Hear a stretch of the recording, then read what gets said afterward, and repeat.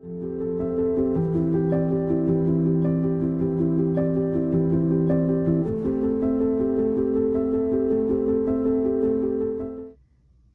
welcome back. This is VL49, and in this video we are going to talk about ear training. And ear training is exactly that. It's training your ears to hear specific sounds that are caused between two keys when they're played either together or separate. And these have another word in the ear training world, and that's called intervals. Now, why do you want to do this? You want to do this if you are interested in playing melodies, melodies along with the harmonies that you've been playing. Up till now, we've just been playing chords behind the melodies. Or if you just want to learn how to play some of the melodies that you might hear in an introduction or during an interlude, it would help if you could identify the different intervals. Because we're not using notes to learn these, you have to do what's called play by ear. And training your ear helps you play by ear better and easier. So we are going to go back and think about one of the first lessons where we talked about whole steps and half steps. And I am going to only talk about the intervals that are between this C and this C. And we're still in the key of C, so we're still not going to include any of the black keys in this set of intervals. When we talk about two keys right next to each other, as you know already, that is a half step. But the interval word for that is a minor second. So between this C and this C, we have a minor second here. Between E and F, and a minor second here. Between B and C. So when you practice intervals, you're going to practice them by trying to identify them one at a time. So it would be, so the keys played separately, and then also this sound. Doing it up here, you want to try to identify the interval when they're played one at a time. And together. So that's our first interval. It's a minor second. We've got one here, and we've got one here. Then, if you remember, we put two half steps together to make a whole step, and in interval language, that's called a major second.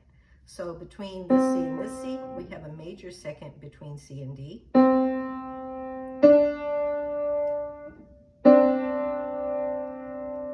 Between D and E.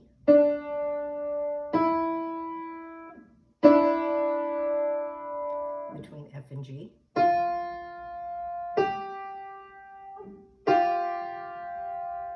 Between G and A.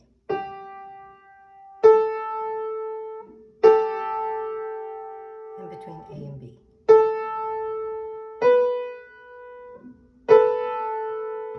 That's your major second. One whole step.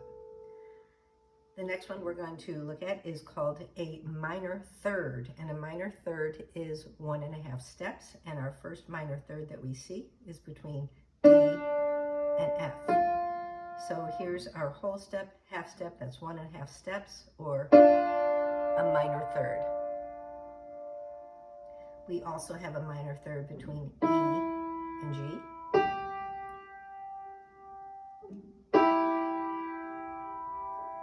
And we have another minor third between A and C. 1.5 steps. The next interval is going to be a major third, and a major third is 2 whole steps. So our first major third is between C and E. So we've got 1 whole step, 2 whole steps. And our next major third is going to be between F and A.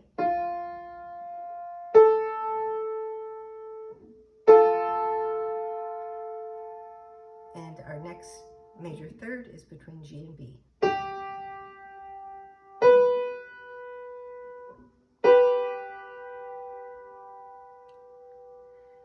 And our next interval is called a perfect fourth, and a perfect fourth is 2.5 steps. And our first perfect fourth is between C and F. So we've got from C, we've got 1, 2.5 steps. Our next perfect fourth is between D and G.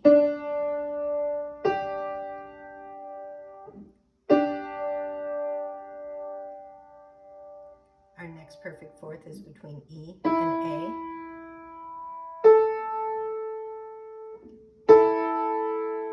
Our 2.5 steps there is from E to this key to this key, and then this key to A. Perfect fourth. And our last perfect fourth is between G and C. 2.5 steps or a perfect fourth. The next interval is one we've talked about before, and that's called a tritone, and that is 3 whole steps. And in the key of C, our tritone is between F and B. And if you remember, this is kind of that strange sounding one. And that's 3 whole steps. So we've got a whole step from F to G, G to A to B.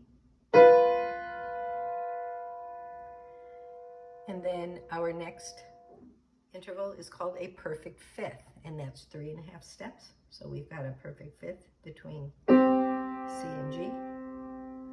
We've got from C, we've got C to D, D to E, E to this key, and then to G, and that is 3.5 steps.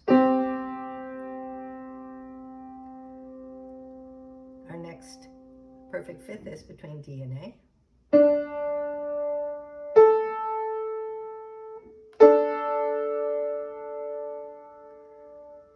Our next perfect fifth is between E and B.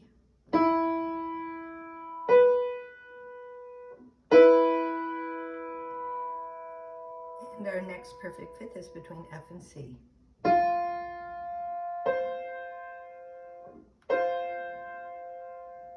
Perfect fifth. Our next one is a minor sixth, and a minor sixth is 4 whole steps, and we have a minor sixth between E and C. So from here we've got our E, we've got 1 whole step, 2 whole steps, 3 whole steps, 4. Minor sixth. The next interval is a major sixth, and a major sixth has 4.5 steps, and we have one between C and A. And if we count up, here's our C, we've got 1, 2, 3, 4.5. We also have a major sixth between D and B.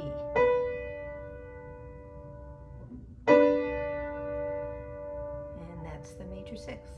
And our next interval is a minor seventh, and a minor seventh has 5 whole steps. So a minor seventh in the key of C in this range is going to be from D up to C. 5 whole steps. So we've got 1, 2, 3, 4, 5. Minor seventh. The next is a major seventh, which is 5.5 steps, and we've got that between C and B.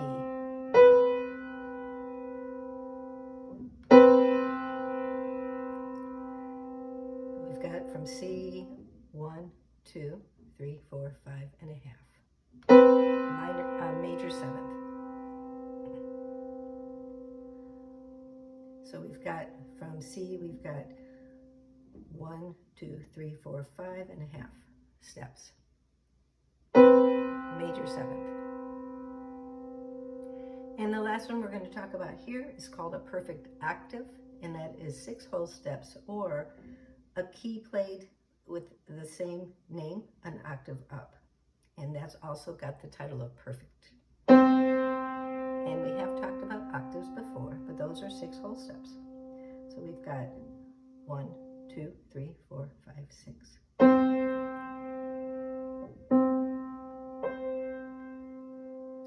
So to practice these, some people will come up with like a song or something that they know that starts with one of these. For example, the traditional wedding song, Here Comes the Bride, is a perfect fourth. And depending on what generation that you grew up in, there might be different songs that would start with one of these intervals to help you remember. There are also quite a few tools online. Spotify has, if you just put in ear training intervals, you will see quite a few tracks that you can practice these, as well as YouTube. YouTube also has quite a few ear training practice videos if you wanted to check those out. But this will just help you to be able to pick out melodies easier. The better you train your ears, the easier that's going to be to do. And these do not come right away. People do struggle with this initially, but the more you listen to those sounds, the more you're going to be able to identify. And that is the beginning of ear training. I hope you have a blessed day, and I will see you in VL 50.